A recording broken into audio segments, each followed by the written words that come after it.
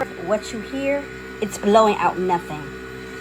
The fan, the inside not even moving. This is a waste of money and a waste of my time that I just took, put it in the window for this piece of crap to not work. Not blowing out nothing. Nothing. Just on.